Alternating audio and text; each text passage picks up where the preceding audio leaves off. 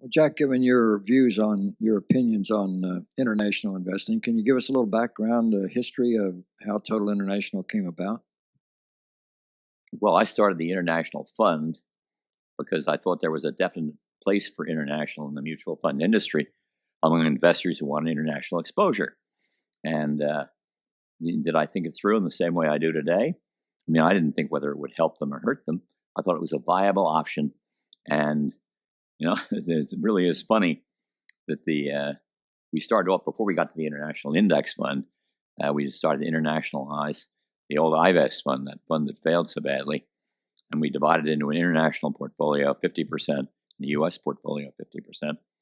And the year after we did that, the international portfolio went up 100%. Brilliant. No. Market time. Luck.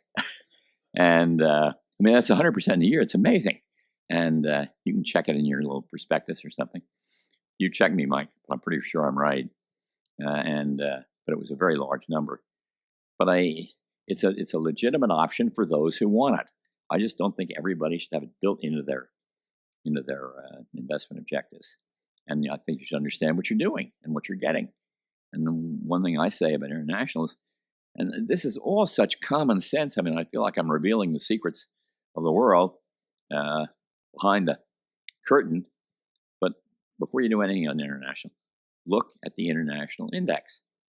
Well, the largest company in the international index is Great Britain. The second largest is Japan. And the third largest is France. Britain, Japan, and France. They're probably, let me take a guess, at 23 or 4% of the total international index. I don't think Britain's doing so well. They don't even know what they're going to do about the so-called Brexit. They're still struggling with they've never even voted to actually do it. The parliament is going to have to do that someday or go back for another vote, which I think is highly unlikely. But they have a troubled economy. They have this total question about the exit from the European Union. They have the likelihood that if they do that, Scotland will break off, and the United Kingdom will only have one kingdom, Britain.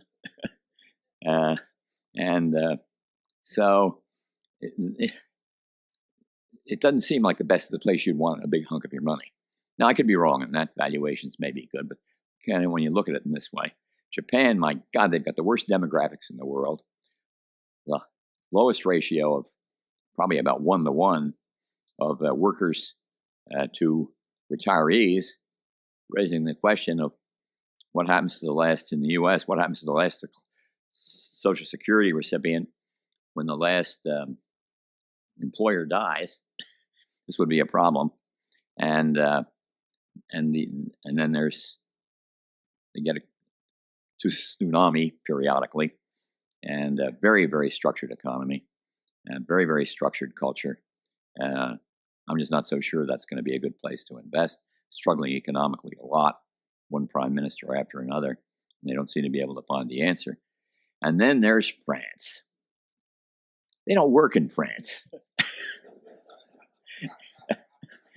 Well, that may be a little hyperbole, but they sure take the summer off.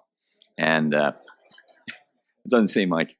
And they strike a lot. Yeah, and Germany seems to be doing a good job. They're fourth.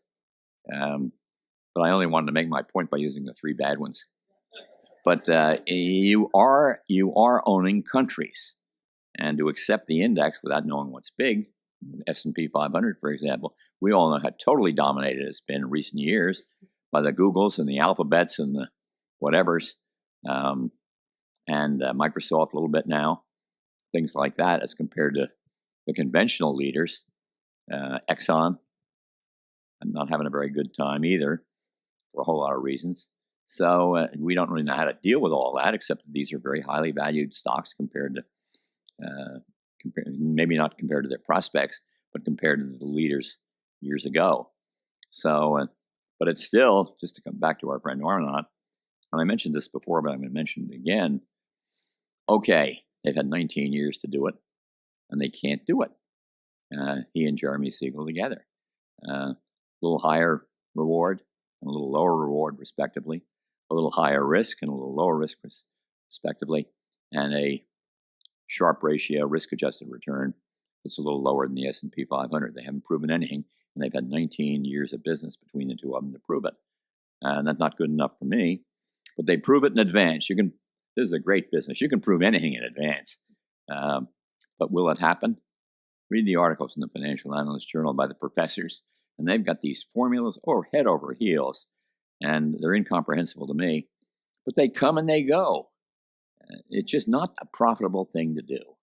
Bill Sharp, by the way, said, smart beta is stupid. That was his contribution to the debate, which is good enough for me.